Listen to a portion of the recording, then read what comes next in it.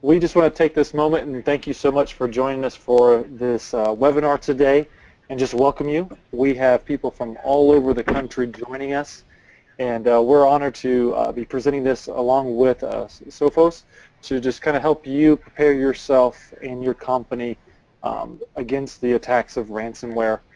Just a little bit of housekeeping, and then I'm going to turn it over to Steve Bomberg, the owner of Pervasive Solutions here. But we are going to do questions, and questions you can send in a chat throughout the webinar here of any questions that you have. At the end, we'll also address some. We're excited to have you today.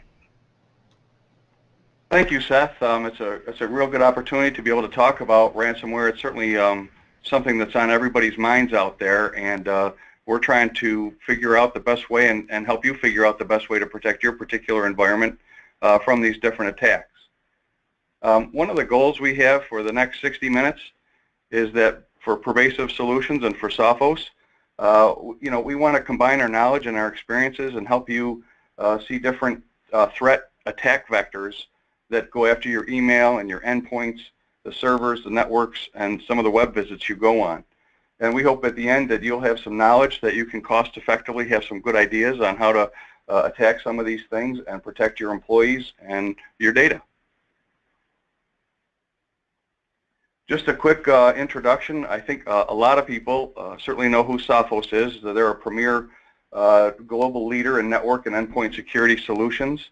I was really impressed to see they protect more than 100 million users in 150 countries. And then finally, they've been recognized by Gartner as a leader in endpoint protection since 2007. And I will just say, as Pervasive, we're constantly looking at tools and solutions for our customers. And we've really gone through the gamut of this and landed on Sophos as a great partner, and we're very impressed with their solutions and how innovative they are and how diligent they are at just keeping the software up to date against the most recent threats. So we've chosen to partner with Sophos ourselves. As far as Pervasive is concerned, we've been doing information security since 2005. We've certainly learned a lot over that time. We've worked with over 100 organizations in higher ed, in financial services, in government, in healthcare. So we've certainly learned an awful lot during that time. And I think a thing that's very important for us is that we continue to develop tools that help us be smarter, repeat some of the best practices that we have, and also help our customers in a very efficient manner. And finally, with that, we talk about some of the presentation materials. I think we've been very much complimented after we do an assessment or a project with a customer that our tools were very clear to them and very easy to understand, and that we help them draw some very valid conclusions that they took actionable items from to be able to improve their security. A quick agenda. We're going to go over ransomware. I think, it's a mixed bag. There's a lot of people that have heard of it, and there's some people that haven't yet encountered it. And for those people, you're pretty lucky, but I don't know that you can sustain that for a long period of time. We're going to talk about why the attacks are so successful. And we'll show how a ransom attack happens, as well as how to stop some ransomware. And then we have some best practices to share with you on how you can protect your environment and your end users at the same time. Just real quick, as an introduction to ransomware, basically it's a script or software or malware designed to restrict access to a system. So they typically will break into a computer system. They will encrypt your data. That's one method. And then they'll ask you to pay a ransom if you want your data back. And so there's a lot of people that have paid ransoms, but we're trying to have it so that our customers don't ever have to pay a ransom because they're proactive and ahead of the curve. So what I just described was the encrypting ransomware. Again, they encrypt your data, and then you pay money to get access back to your own data. Another variant of that is the locker ransomware. So they actually go in and lock the person out of the operating system, and that makes it impossible to access the desktop and any applications or files. And then finally, the master boot record, that's the section of the PC's hard drive that enables the operating system to boot up the machine. And so when these kind of attacks strike, the boot process can't complete as usual, and it prompts a ransom note, and they display that on your screen, and you're stuck. So I'm going to maybe turn it over to Chris at this point from Sophos, and Chris, hand it over to you. Thanks, Steve. So we wanted to talk about a couple of the ways people are getting hit with ransomware, how it's making its way into the network and causing issues. So for the most part, when I talk to customers that have been have experienced ransomware, the thing that comes top of mind as far as the entry point is email. It's coming in through a spam attachment that is targeted in one way or another. It's enough to look good, enough to get somebody to click on a document or click on a link and open things up. It's typically fairly easy to trace it back to what that root cause was. You ask the user, they open something up, and next thing they know, they're not able to access any files. The other method, which we're seeing growing prevalence of, is something that's been around for a while, exploit kits. Exploit kits come and go, black hole, followed by a number of others that have gone, but as one comes down, the other one, a new one fills its void. And what these are doing is compromising websites as well as malicious advertising, and getting a user to click on a link or navigate to maybe a well-known, trusted website like Forbes or New York Times. They're not going to get blocked by most web filters or anything like that, but then probing their browser for vulnerabilities to ultimately deliver code through. Those are the situations if you've ever talked to a user that got hit with ransomware and they say, I have no idea how this happened. I know to be vigilant on email and spam coming in, and always trust sender, or know who the sender is before I open up an attachment or click on a link. This is more often the way that piece of ransomware came in the first place. So it's hard to see. There's no interaction required from the end user. It just happens. Number of different ways, whether it's email or exploit kits. You name the various strain of ransomware, it's made its way through either or of them. Locky is one of the big ones via email. CryptoWall was one of the big ones, which leveraged exploit kits. Steve, you can go to the next slide. Yeah, I might interject. We had a real-world example of this recently with a financial services firm, and they went to Forbes.com, the magazine, and a very legitimate, trustworthy site.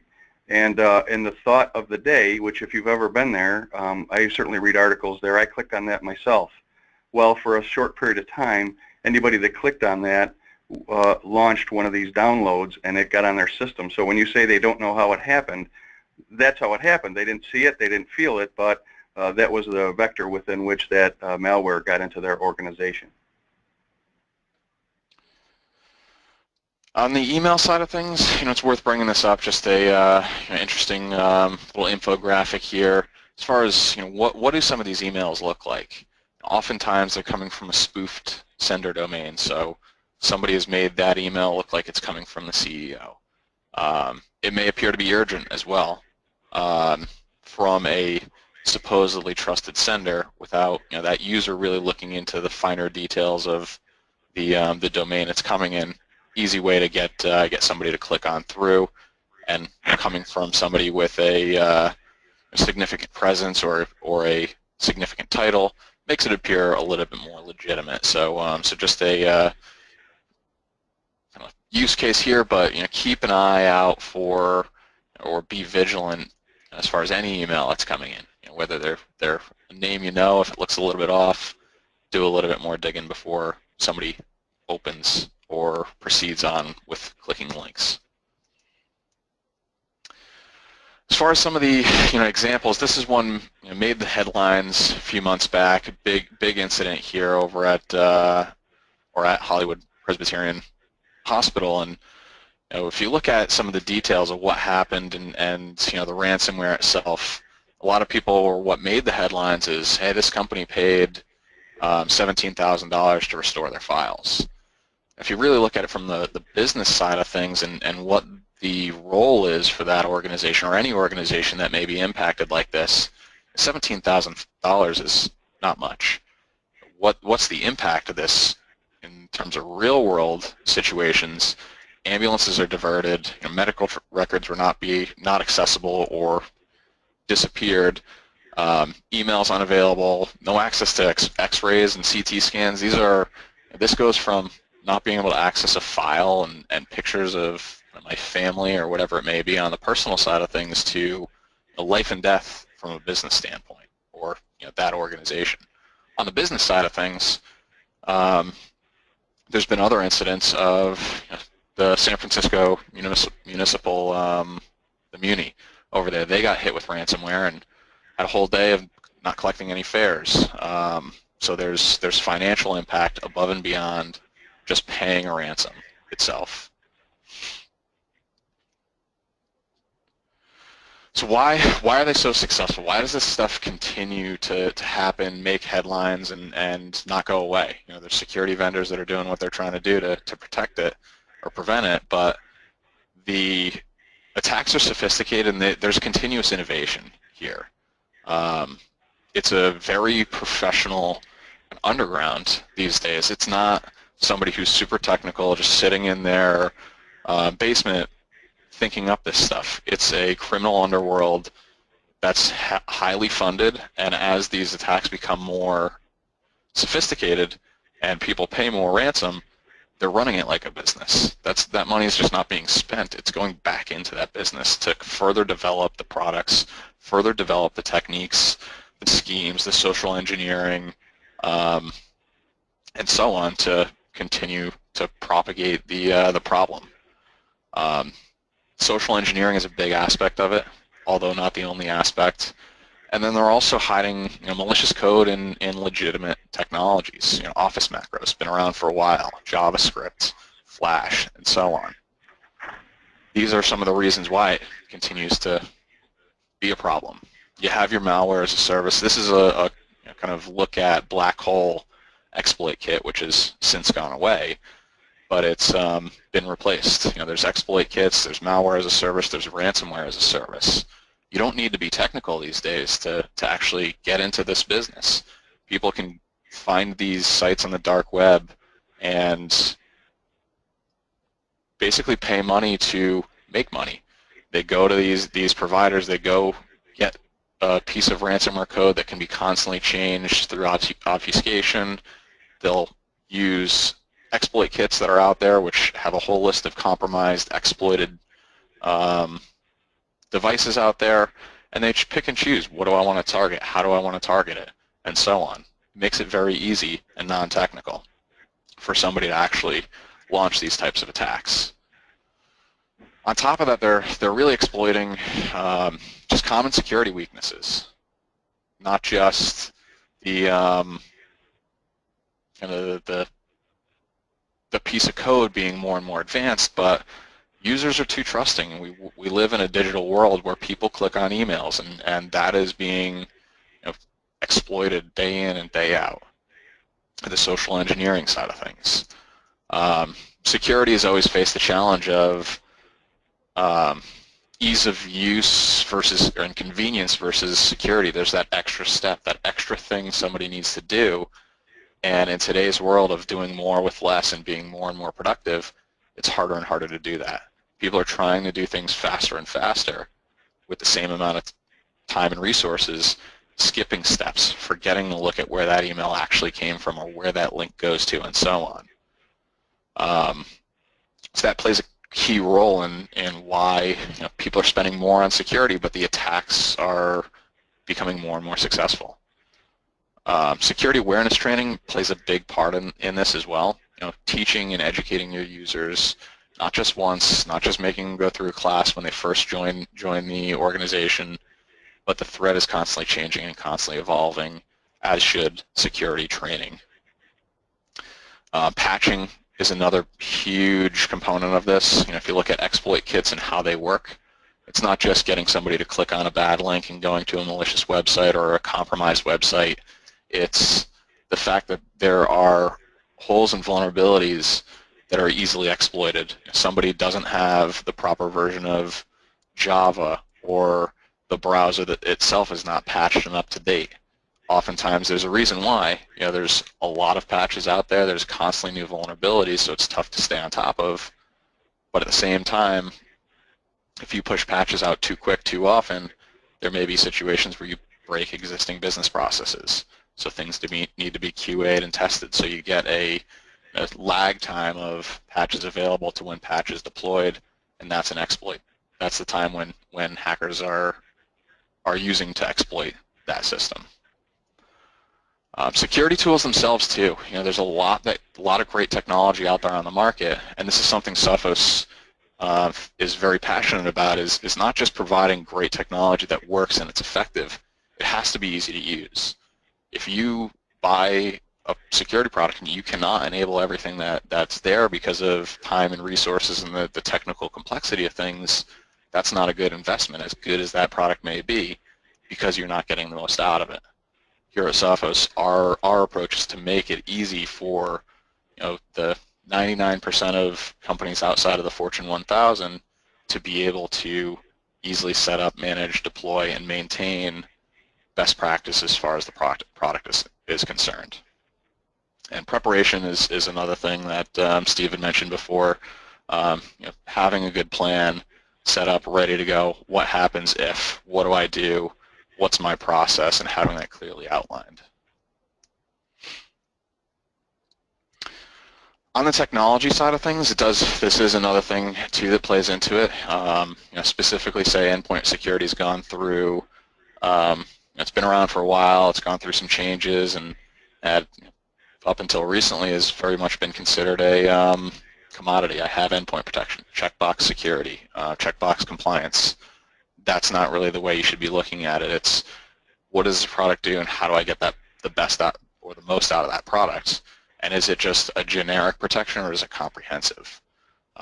With any security vendor you deal with, one key component is, what's the roadmap? How are you staying ahead or up to date with the current threats, attacks, and how that's changing and morphing over time? And that's where Sophos is well positioned as a 30 plus years in the industry, and a incredible labs organization that's powering the products and building technologies that are specifically suited to meet the evolving threat. And that's something we're about to get into a little bit more depth as far as the Sophos product itself goes after we talk a little bit more about ransomware. But what do we do, and how are we preventing that attack? And I'll show you a little bit of a product demo as well. But kind of highlight just how it gets in. Typically, email or web traffic going to be routed through a email gateway or firewall, mail server, down onto that endpoint. User opens it up. Oftentimes, there's a attachment document along with that attachment that maybe it's in a zip file, so it made its way through any spam filters, and it may look legitimate. There may be something slightly off. In that case, it was a JavaScript file, which some users may think is a little weird. But once that's open, it kicks off a script. That device becomes compromised and reaches out to its command and control server, which is typically a key point within the attack chain itself. That gives it the ability to exchange encryption keys. I think I'm a step ahead of the slide here. A lot of motion going on with this one. So encryption keys are exchanged. At that point, that ransomware attack is often going to start encrypting everything it can. It's not just the files locally on that device. Map drive servers, even cloud storage. Having things offline and completely separated is one of the best ways to prevent the propagation of this, and segregating your network as well. See if you can go back to that next slide. Yep. On the exploit side of things, just a little bit more detail on the exploit kits that we're seeing, and kind of a run through, and you can continue to build this out. But as I mentioned before, it's a link to a legitimate website, a trusted website that something is bad about. Somebody has compromised that that website in one way or another. Sometimes done through SQL injection, other times done through a number of different attack techniques, or leveraging the marketplace that we have around advertising. Once somebody gets routed through that that exploit kit, what's happening then is there's a probe through that browser looking for vulnerabilities. Identifying the browser itself will tell a lot of information about that system and what's there, and what plugins are available to make things work. But that's how where attackers are using modern technology that makes things work very easily for us to their advantage, finding those missing patches and then compromising that or exploiting that vulnerability. At that point, now that exploited device is on the market for malware to be delivered. And after all said and done, these are some of the typical pop-ups that you'll see instructing users on how to actually pay the ransom, and ultimately, ideally, if all goes well, get their data back. All of it's leveraging things like the Tor browser, as well as Bitcoin, so it stays anonymous and untraceable, which also goes into the funding of further research and development of the attackers. So how do we stop it? And this is where Sophos comes into play with specifically designed solutions to combat ransomware. So InterceptX is the Sophos solution that includes CryptoGuard, which is behavior-based technology that monitors for the actual behaviors going on, file changes, encryption processes, not just determining whether this file is Locky or Zepto or whatever the variant may be. So this will be effective against your known ransomware attacks that make its way past everything else, even the traditional endpoint protection that may be running right alongside InterceptX, as well as your brand new zero-day variant that nobody's ever seen that starts to encrypt files. We're able to identify that in runtime, kill the process that's causing it, and roll back the impacted files. This all happens within 3 to 5 files into the process. There's no impact to the end user. They don't notice anything aside from maybe a small blip that something changed. They're able to access their files and continue moving on with the rest of their day. There's other capabilities within InterceptX that prevent exploits in the first place, moving on earlier in the attack chain itself before ransomware is delivered. So there's a few preventative measures that we will provide with InterceptX. None of it is signature-based. It's all based on behaviors and techniques. Some things that are worthwhile in terms of mentioning outside of the Sophos solution. These are things that any solid endpoint protection product should be offering. Things like malicious traffic detection to identify those outbound command and control calls, host intrusion prevention, as well as behavior analysis. Application control is one thing that we believe should be a component of a full comprehensive endpoint protection offering, preventing legitimate tools like WScript from running in the first place, which is often used by ransomware. Application whitelisting is another technique that can be used to block the execution of any software, whether it's known or unknown or legitimate. Web security and stopping users from getting to a compromised site in the first place is another key component that should be included in every endpoint protection offering. And then finally, exploit prevention. This is a little bit more specific to Sophos, but a key component once again. And if a user does browse to a compromised website, stopping that exploit from happening, even if that browser or there's a plugin or whatever it may be that is open and vulnerable to attack. Some best practices, Steve. I think I'll hand things back over to you, and we'll go through this, and then hand things to Ron briefly for a quick view of the product demo. But yeah, some things you can do outside of product-specific things. Thank you, Chris. And some of these things I would bet a lot of people that are listening in have already seen firsthand. But people are pretty creative when it comes to disguising or deceiving people. And I hope they're Cavs fans out there for basketball, but I figured LeBron James was pretty popular. But as you can see, in one the S is an S, and the other it's a 5, and the changes are that subtle.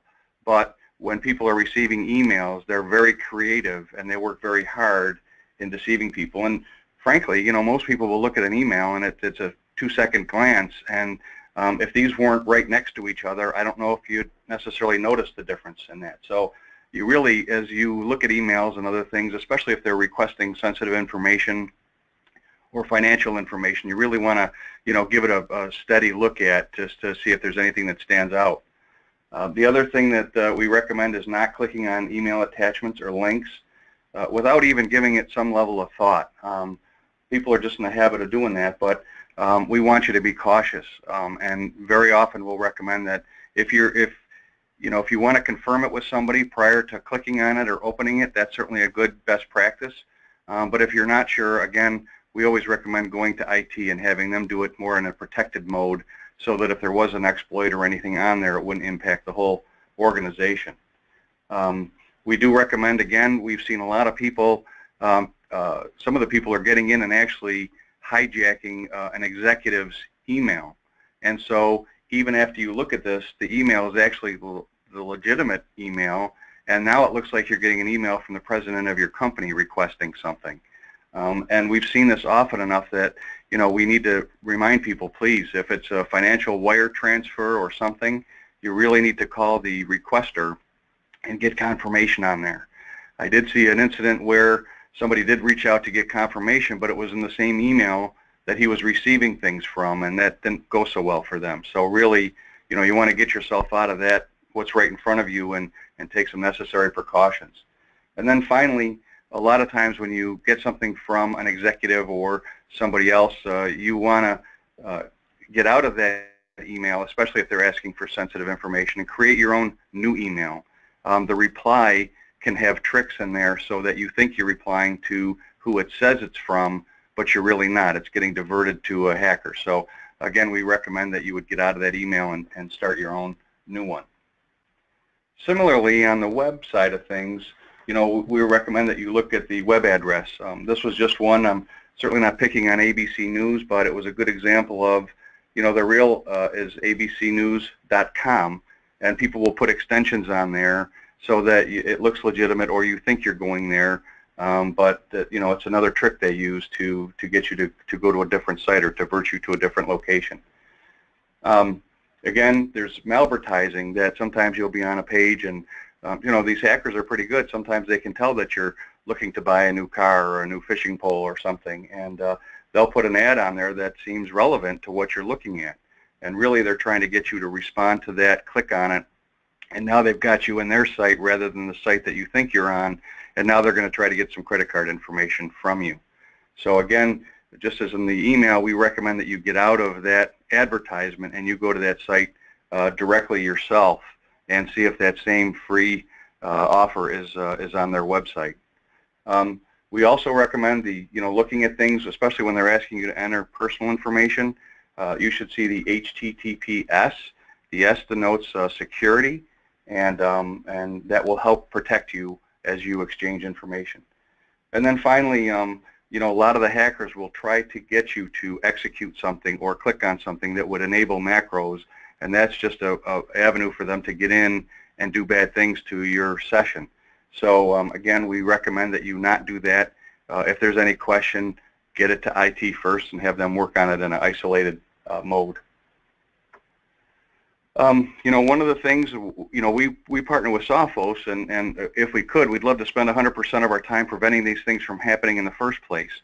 But that's not realistic with the sophisticated attacks and the vulnerabilities that software has. So as a recourse, if something should happen to get in, we want to make sure that we have a good backup. So rather than pay the ransom, we can go just back in time and get an environment prior to the malicious code being on there and get all your data back so that you don't have to pay a ransom. We talked about the file extensions a little bit. This is getting into a little bit more of the technical side of things, but again, as we saw in that ABC News example, if you enable extensions, it will actually show you the full length of the URL that it's coming from, and you could then be more able to identify something that looks a little strange or extra letters in the message itself. And then finally, we talked about this a little bit, Chris, and I'm going to maybe ask you on the JavaScript and Notepad. I was a little unfamiliar with that one, so I thought I'd have you explain it.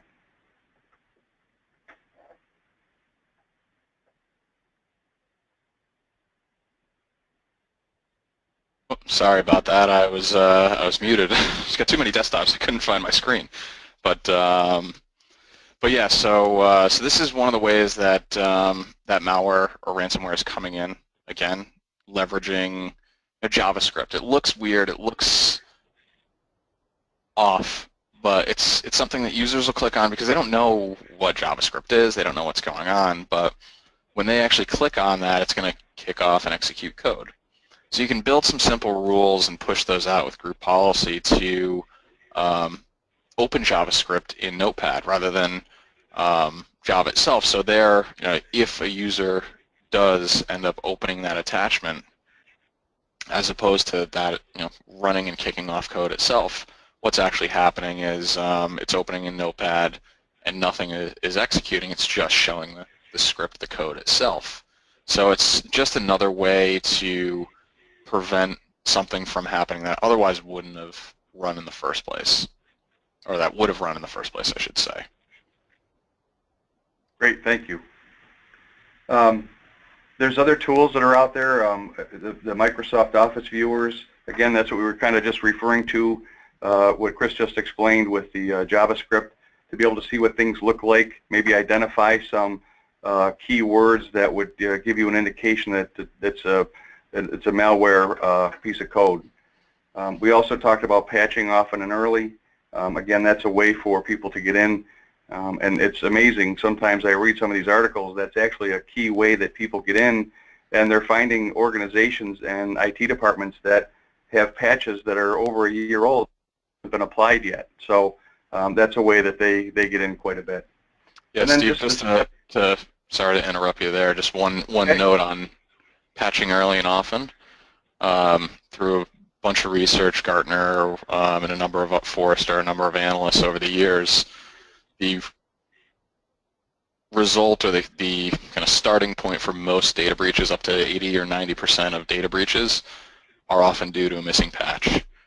So it's definitely something to patch early, patch often, but there are some downsides to doing so, which is where our InterceptX helps come in to fill that gap.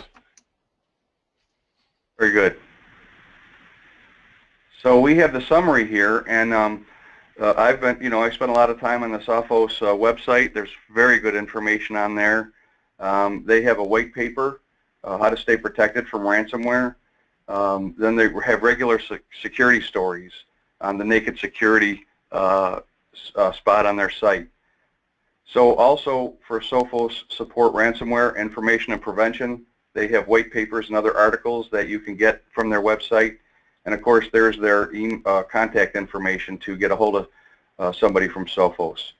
As far as Pervasive is concerned, Seth Goodson, who's on this phone, this conference call, who kicked us off, we put his contact information on there. And then if you had any questions or something, Seth can either answer them himself or he can direct you to one of our other resources, and perhaps we can even back some of that up with white papers and other tools that we have. And I believe with Steve, that, yep. I know one thing we wanted to do just before we get into some question and answer is turn things over to Ron. Yes. And Ron is our security specialist for the Northeast here at Sophos, and what we'll have him present is a little demo of your typical ransomware attack, but also more importantly Sophos InterceptX in action. And this is from a simulation standpoint. This is what you would typically see of your advanced or brand new ransomware attack where it's made its way past all of the other defenses that have been put up, at the edge with firewalls and next-gen firewalls, email gateways, sandboxing. Something made its way through down to the endpoint, made its way past the traditional endpoint protection mechanism, whether that be signature, behavioral-based, or just some emulation that may be going on there, and it starts to execute. So I'll hand things over to Ron, and he'll give you a quick run through of Sophos Intercept X, and then we can move on to some question and answer. Thanks, Chris, and thank you, Steve. So you're looking at a desktop here that's got a Outlook. Outlook is open, and there's a message from somebody I know, and I know that Steve just told me don't enable macros on documents, but I know Cliff. He says that the contents of this Word document are exciting, and so I'm going to go ahead and ignore Steve, and we're going to use a macro in this Word document to kick off a ransomware attack that's going to be focused on the directory that you see open in the upper left-hand side of the screen here. So these test documents. If I right-click on this document, and let's say I'm going to open it with WordPad since it's an RTF. I can see the contents within that document, and so it's not encrypted. It's available to me. I can get access to it. And what I want to do now is go ahead and respond to this message by opening the document that Steve sent. And here it is. It's a document that purports to be able to predict when next week's lotto number, and that would be a big one. So I'm very, very motivated for this. You can see in the document itself it says to enable content to predict the lotto, and I'm going to go ahead and do that, and it's going to give me a second message saying, wait a minute, you still need to enable content because macros are disabled, and if you really want to see this number, you need to move forward. So this is social engineering, enticing a user into clicking on stuff that they likely shouldn't be clicking on. And Chris mentioned briefly one of the things that's going on with CryptoGuard, which is the technique or technology built into our endpoint that's going to actually protect this user from their from whatever it is they are, but it's going to protect the user. And you can see in this document or in this directory over here, you can see there are 8 documents here. What happens when a user opens a document is that CryptoGuard is watching the file system, and when I do an open on this, what CryptoGuard did, even though you didn't see it happen, was it made a copy of that document as soon as I opened it. And the reason why that's important is that when the ransomware process kicks off, the ransomware process itself is going to be opening documents, encrypting them, and then writing them back to disk. So when that ransomware process actually opens the business document, CryptoGuard is going to make a copy of it. And then let's say that ransomware, it is a ransomware process, so the ransomware is going to encrypt it and save that again. Once CryptoGuard becomes aware that there is an illicit ransomware process running, it's going to block the process, and as Chris mentioned, it's going to roll back the files that got encrypted to their original state. And it's doing that because it already has a copy of that file in its original state. So that's going to happen really quickly. And when I click on this link to enable content here that'll fire off the macro, you're going to see this happen within a second or two. So what you're going to see, what you should pay attention to, is this directory is going to change because there's going to be leftover content from that ransomware attack. And you'll see this is the user interface into the endpoint. You'll see the user interface will go into a compromised status, a red exclamation point. And then the other thing you'll see down in the lower right-hand corner here is there'll actually be a message come up that tells you that the endpoint saw a ransomware attack and blocked it. So those things are all going to happen really quickly. I'm going to go ahead and enable content now.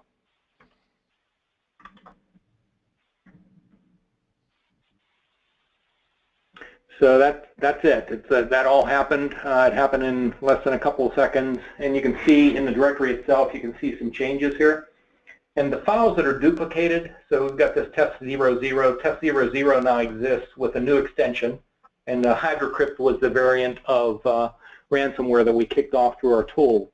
And you can see if you examine this directory carefully that, I'll get some of this stuff cleared from the screen here. So if you examine this directory carefully, you'll see that that the first file in the directory was encrypted, the second file was encrypted, and in the third file, you can see that there's a temp file left over. So the encryption of the third file was where CryptoGuard kicked in and blocked the process. So even though this file had been opened and ransomware had started doing the encryption, we didn't allow the process to finish, so there's a temporary file left over from that process. And you can see as well that test 00 is still here. And it happened so quick you couldn't see that file go away, but it went away initially because it was replaced, and then CryptoGuard replaced that file back into the directory, and this was pre-encryption. So if we do an open with here with WordPad, you can see the file is still there, still available to us. And if we try and do the same thing with this encrypted content, no open with. Well, I won't show you that. The content is encrypted. You won't be able to see what's in there. I'd have to look too long to get that set up. Anyway, so the other thing that happened automatically was a process kicked off called Sophos Clean, and you can see it here. The Sophos Clean scan started. So we recognized there was a problem. We blocked that. We blocked the problem. We started a process called Sophos Clean. It's going to look at all the files on the system, going to look in the memory and look in the registry to clean up any leftovers. So any remnants of that attack are going to be cleaned up automatically. And when that happens and finishes, and it's already done, the endpoint goes back into a known good state at that point. And you can see some other things happening. There's a process called synchronized security that we're using to help protect other aspects of the environment through synchronized security. So this endpoint's actually sending out what's called a security heartbeat, and there are other processes that are listening for that. But anyway, so the system is back in a solid state. They're able to work again. And then this is a web-based management console for the endpoint protection that we're using. So if we go, let me go ahead and cancel out of this. If we look at the console, a couple of things you'll see here. As soon as we may need to relog back in, it may have timed out on us. So you'll see that there's a high alert here. This high alert was also sent out to the administrator saying that this endpoint detected a ransomware attack, and here it is, CryptoGuard detected ransomware. If you hover over that, it shows you that it was seen in this Sophos tester.exe, which is what we use to kick off that ransomware. And the other thing that was going on, so in the background, besides that Sophos Clean running, the other thing that was going on was there's a data recorder that Sophos manages on the endpoint that was instructed after that compromise to go out and look at all the processes prior to that compromise, trace those backwards, find the root cause, and then take that information and bundle it up and load it up into the central console here. And when it does that, it becomes available to use a root cause analysis piece. So here we can see that that has finished up. This is the March 9th attack at 2:43. And if we drill down into this, you're going to get some good analysis on exactly what happened on that workstation. So you don't necessarily have to appeal to the user to describe what went on. They may or may not know. You have that information here that's available to IT administrators to actually know exactly what went on. So you can see as a summary, CryptoGuard was found, 15 business files were involved. This was the workstation, this is the user was logged in, this is when it happened, and this was the process that actually kicked that off. And it's saying Outlook was the root cause because this is something that came in through email. So if we click on the next tab over, it's going to show you the artifacts table. And there were 199 artifacts that were bundled up by that data recorder and uploaded. And if it's a ransomware attack, organizations are most immediately concerned about those business files. So if you click on this business files, we can filter that list out, and you can see here are my test documents that were in that directory, and then there's some stuff here that's related to Word opening up that document. So it makes temporary copies of documents when it opens them. And then also you can see the Outlook.pst, which is a local storage file for email when it comes into a client. So those are the business files that were involved. And then finally, this tool also gives you the ability to visualize that attack. So you can see here, it looks a little bit crazy when you first open it up, but it actually makes some sense once you get used to it. So this process over here identified with a red dot is the root cause process. So this is pointing at Outlook, which is where that email came in. And you can see that what Outlook did, what we're going to do is trace this down to this process with a blue circle on it. That's the beaconing event. That's what actually encrypted the files.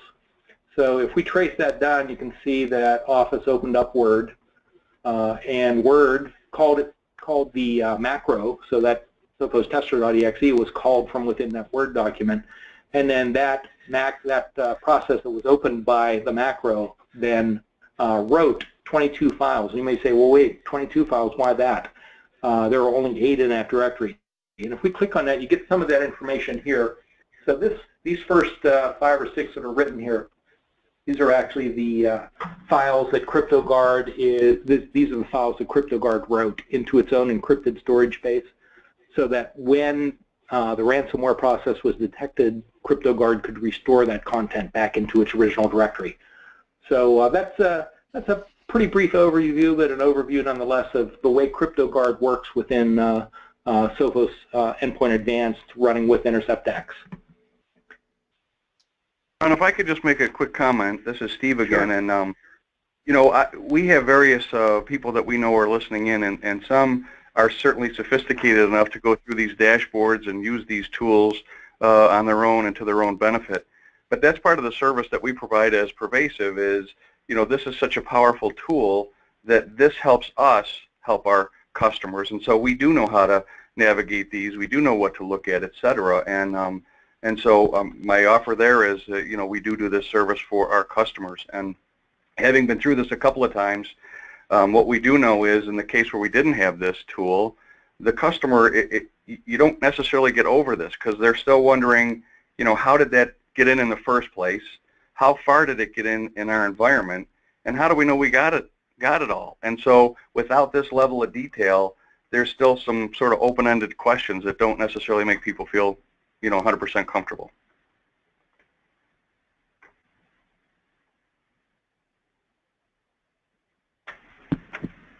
Thanks, Steve. And one other note too is we're just touching on kind of the ransomware aspect of InterceptX, and there's plenty more that that it offers around anti-exploit, and then coupled with the endpoint protection products, there's a whole list of additional features. But InterceptX can run alongside both Sophos endpoint protection as well as any other, whether that be from Symantec, Microsoft, Trend Micro, Kaspersky, you name the other kind of quote-unquote traditional endpoint protection product. This is your last layer of defense prior to the costly and timely event of having to restore from a backup, which you also have to put additional trust in the fact that those are going to be quick and readily available to minimize potential downtime and impact of that. So yet another layer from a protection standpoint to monitor in action, in runtime events.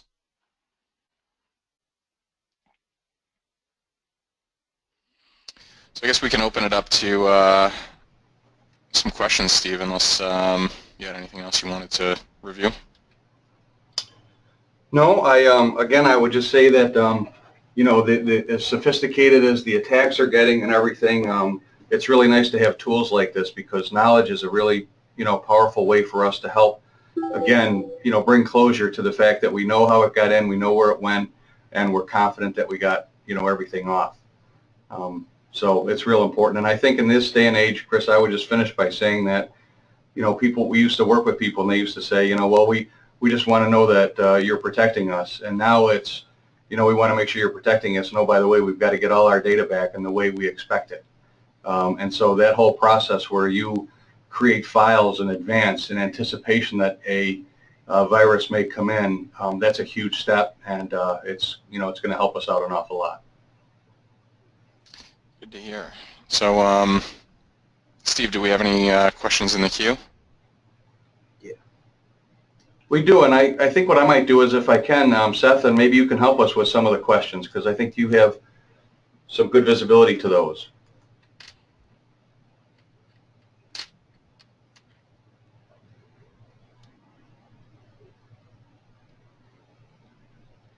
You know, Maybe while Seth is getting on there, Chris, we do have one question here that says, does Intercept run alongside ESET endpoint protection? Yeah, yes, it does. Mute's killing me. Sorry about that. Yes, it does. And how about, I mean, there's a whole lot of endpoint protection software out there, and you folks are pretty compatible with different varieties.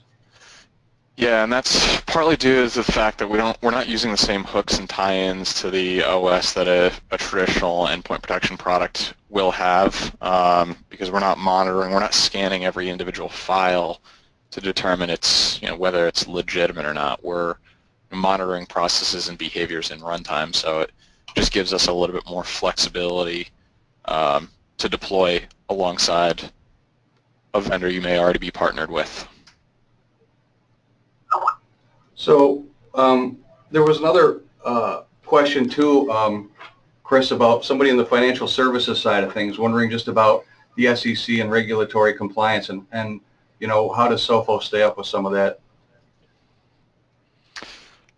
That is a good question, but could be very much, which way should we be looking at it?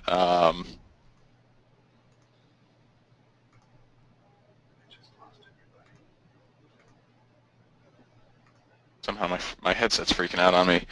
Is this in regards to the Intercept X product specifically, or Sophos as a whole, or I would supporting customers and their SEC regulations? It's a kind of a loaded question and could go many different ways.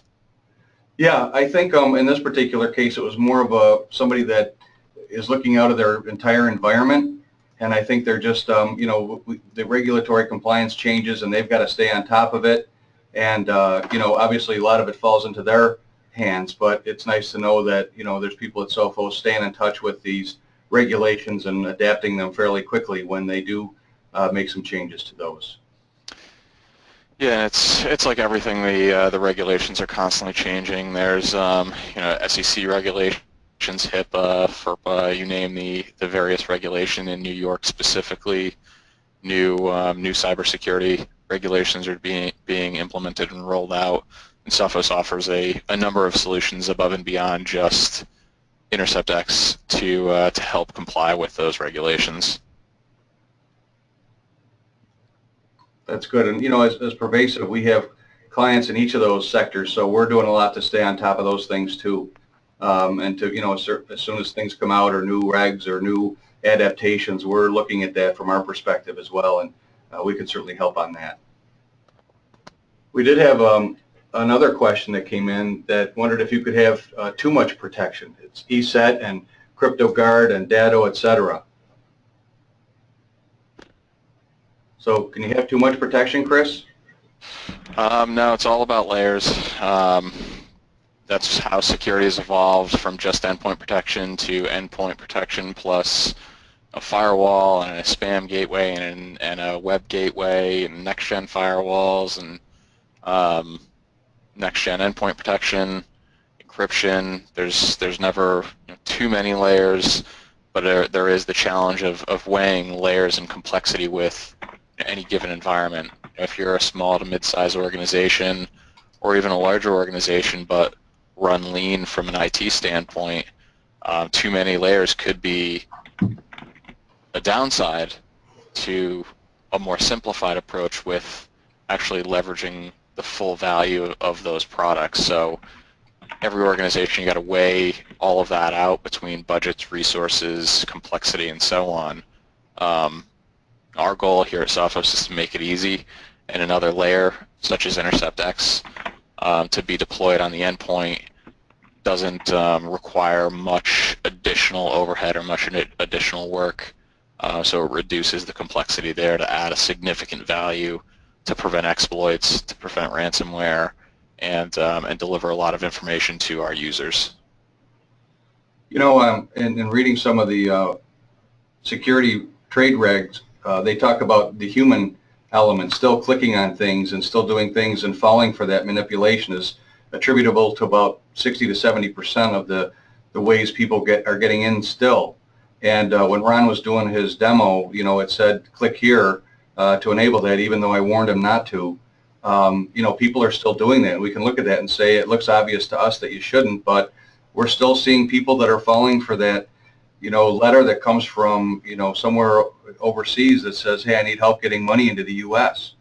And so, you know, we can look at that and say, well, it's not something we'd fall for, but it's still, you know, it's still a lucrative tactic, and they're still getting great benefits from that. And I see Sophos coming into play, just taking over. If people didn't click on it in the first place, we'd be better off. But by anticipating and doing some of the tools that you have, you know, you're almost overcompensating for the fact that people are tempted to click on things. Yeah, people are always going to be people. There's always the human element. That's one of the easiest things to be exploited, is to get somebody to do something just by a simple, quick trick. And, you know, our goal is to, you know, reduce that risk through products as well as education and training, and that's where there's additional components of Sophos Central and the Sophos product platform to allow for training, education, awareness, but still, you don't want to solely rely on and trust on your users, because those users are constantly changing in the organization. There's constantly new threats, new attacks, new techniques, and sometimes they really don't even know, because, like we'd mentioned before, they're going to a legitimate, trusted website. They're not falling for a trick. Their browser is just being exploited. The technology they use to get their job done is causing that to happen. So, Chris, as we're coming up on 2 o'clock, I just have one more question that or 3 o'clock. I think there's a question that's important, and it says, does it work on a Mac with Gmail using a browser or Mac Mail? So InterceptX today runs on Windows only. CryptoGuard is coming to Mac in the near future. There's other components that play into ransomware prevention on OS X systems and blocking users from getting to compromised websites, and other areas we can address that.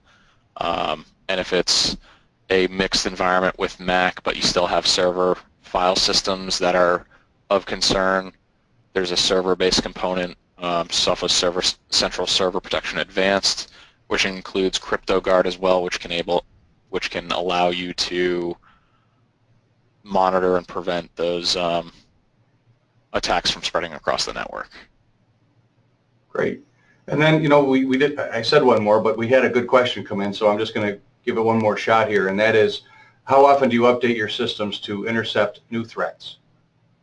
So if new exploit techniques make their way out into the market, then we update the product appropriately. From an exploit technique standpoint, it's, you know, InterceptX offers the most comprehensive protection available on the market. There's 23 known technique categories for exploiting legitimate software. We currently protect against all of those and don't require a continuous flow of definition updates or anything along those lines. With CryptoGuard and the ransomware protection side of things, that's monitoring for the specific, you know, encryption behaviors, and as things change, we'll update appropriately. But it's really looking at, as Ron mentioned, the file system read-write processes and correlating that to the source to determine whether it's legitimate or malicious, which can be done fairly quickly. And how about on Chrome and Chrome OS protection? Nothing for Chrome today that we'll offer, and as far as Chrome-related malware risks, they're few and far between. I haven't seen any recently, unless it's Android-based stuff making its way down onto the Chrome system. But by and large, you can't really install much on a Chrome